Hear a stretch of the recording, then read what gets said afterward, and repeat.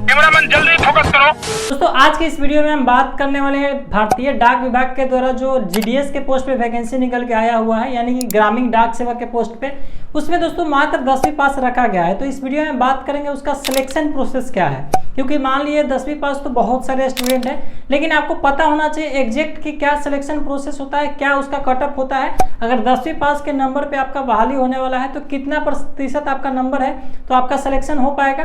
तमाम जानकारी इस वीडियो में हम बात करेंगे, तो करना प्लीज वीडियो में लास्ट तक बने रहिएगा ताकि आपका जो भी डाउट्स है वो क्लियर हो जाएगा कि इस बार जो वैकेंसी निकल के आया है 30,000 प्लस पोस्ट पे वैकेंसी है और बहुत सारे स्टूडेंट आवेदन कर रहे हैं, तो उनको ये जानकारी होना चाहिए कि आखिर उनका सिलेक्शन कैसे होने वाला है, क्या प्रोसीजर है। चलिए दोस्तों चलते हैं डायरेक्ट अपने कंप्यूटर के स्क्रीन पे। उससे पहले वीडियो अच्छा लगे लाइक कर दीजिएगा और अपने दोस्तों में जरूर शेयर कीजिएगा। जो लोग भी आवेदन किए हैं और चैनल पे पहली बार आए हैं तो सब्सक्राइब करके साथ में बेल आइकन प्रेस करके ऑल कर दीजिएगा, इससे आने वाला जो भी हमारा वीडियो है इसका नोटिफिकेशन आपको सबसे पहले मिल सके। दोस्तों सारा जानकारी समझने के लिए यहाँ पे हमने कुछ डाटा एकत्रित किया है, जैसे कि आपको अलग अलग यहाँ पे हमने आर्टिकल रखा है। जैसे जीडीएस का जब रिजल्ट आया था, मेरिट लिस्ट आया था, तो मेरिट लिस्ट दोस्तों यहाँ पे फर्स्ट आता है, सेकेंड आता है, थर्ड आता है, फोर्थ आता है।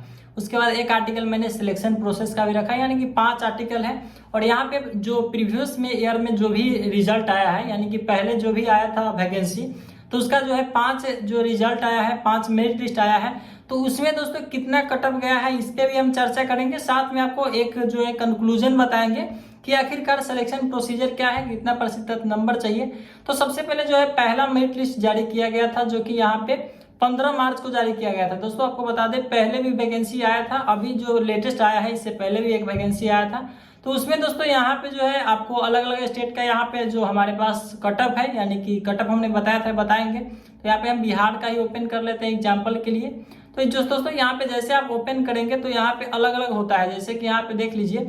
सबसे पहले सीरियल नंबर होता है, डिवीजन होता है, ऑफिस होता है, पोस्ट होता है, रजिस्ट्रेशन नंबर होता है, कैंडिडेट का नाम होता है, और यहाँ पे दोस्तों यहाँ पे परसेंटेज ऑफ मार्क्स ऑब्टेन्ड लिखा हुआ है, जो कि कितना नंबर पे सिलेक्शन हुआ है। उसके बाद दोस्तों कैंडिडेट का यहाँ पे जो है कम्युनिटी बताया जाता है, कौन से कैटेगरी से आता है, जेंडर है, और यहाँ पे जो डॉक्यूमेंट वेरिफिकेशन के लिए कहाँ उनको जाना है वो लिखा रहता है। तो दोस्तों यहाँ पे हम ज्यादातर जो ऑब्टेन्ड मार्क बताया गया है इसमें देख रहे हैं, जैसे कि किसी का 96% है, किसी का 99% है, किसी का 98 है। तो इस तरीके से यहाँ पे बताया जा रहा है। फिर यहाँ पे हम सेकेंड मेरिट लिस्ट का भी चेक कर लेते हैं। तो दोस्तों ये बताएंगे क्या ये सही है गलत है, बाद में यहाँ पे थर्ड भी हम चेक कर लेते हैं। यहाँ पे हम सबका रखे हुए हैं, तो यहाँ पे थर्ड जो तीसरा आया था, तो तीसरा में भी इसी तरीके से देखिए, यहाँ पे जो है किसी का 98% है तो किसी का 96 है।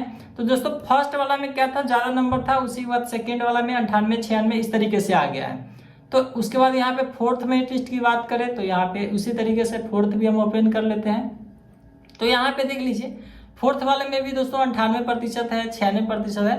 लेकिन दोस्तों ये जो डाटा दिखाया जाता है ये हम यहाँ पे एग्जैक्ट सही नहीं मान सकते हैं, क्योंकि जो ये कटअप जारी किया गया है ऑफिशियल है, ये कटअप है, यानी कि देख सकते हैं इंडिया पोस्ट पेमेंट बैंक का जो ऑफिशियल है जीडीएस भारतीय डाक का, वो ऑफिशियल ये कटअप जो जारी किया गया है। तो ये जो है क्योंकि जो 100% बताया जा रहा है, तो 100% जिस स्टूडेंट का नंबर होगा ऑब्वियसली वो जो है जीडीएस के लिए अप्लाई नहीं कर सकते हैं। लेकिन दोस्तों किसी किसी केस में जो है ये 98% दिखाया जा रहा है, ये हो सकता है, क्योंकि देखिए एक्चुअली क्या होता है कि हमारे जो बिहार बोर्ड है उसमें दोस्तों यहाँ पे नंबर जो है 90% नंबर पे ही यहाँ पे टॉपर कर जाते हैं, लेकिन जो सीबीएसई का होता है उसमें 100% भी नंबर आ जाता है।